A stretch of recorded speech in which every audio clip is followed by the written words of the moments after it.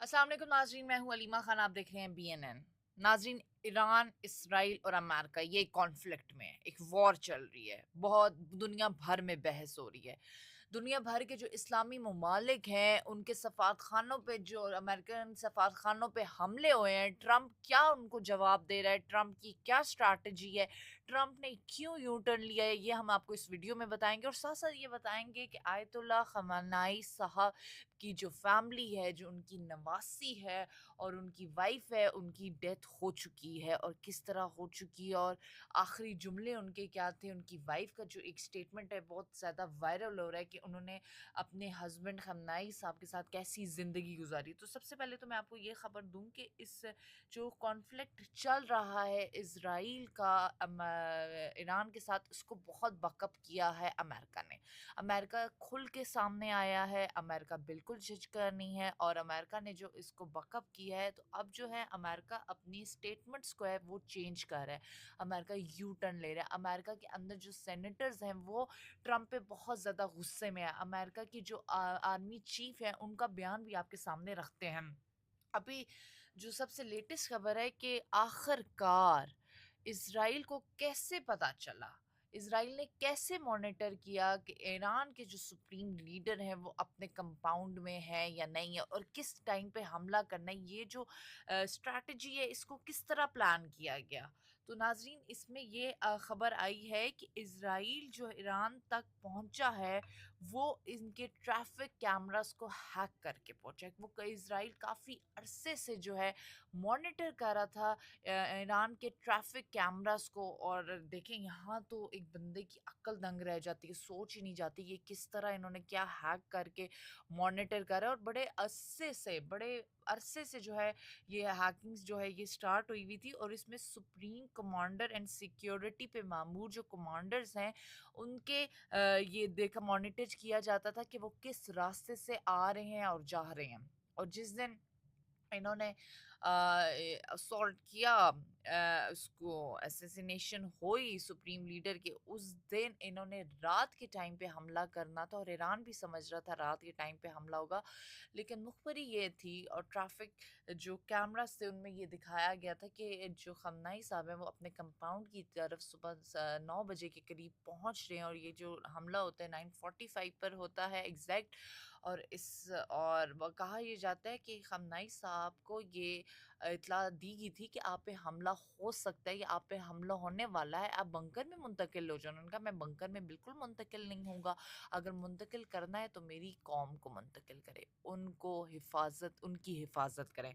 यहाँ पे मैं आपको साथ साथ बता दूं कि जो सऊदी कि अमेरिकन बेस पे अटैक हुआ है, तो ट्रम्प का एक बहुत बड़ा बयान है। ट्रम्प ने कहा है कि अब पूरी दुनिया देखेगी हम जो करेंगे, क्योंकि हमारे सफारखाने पर अटैक हुए उसके बाद अब पूरी दुनिया हमारे अटैक्स देखेगी कि हम क्या करने लगे हैं। और यहाँ पे मैं आपको एक और बात बता दूं कि जो ट्रम्प है उसने ईरान के कॉन्सिक्वेंसेस के बारे में बात की थी। ट्रम्प ने कहा था कि ईरान मुज़ाकरात करे, नहीं तो बहुत बुरे कॉन्सिक्वेंसेस हो सकते हैं। वहाँ पर ईरान के फोकल पर्सन ने कहा है कि हम मुज़ाकरात के लिए तैयार थे, हमने हम बात करने के लिए तैयार थे, और नेगोशिएशंस चल रही थी कि एकदम ईरान ने जो है एकदम इसराइल ने ईरान हम पे हमला कर दिया।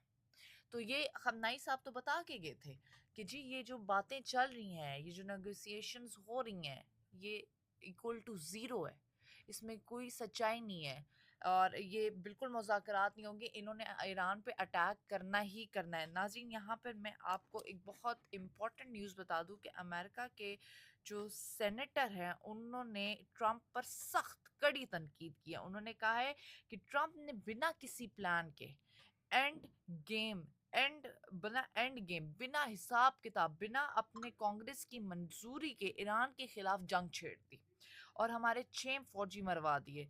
हम मशरिक व सती में जंगों से तंग आ चुके हैं। ये शौक की जंग नहीं है, ये ज़रूरत की जंग है।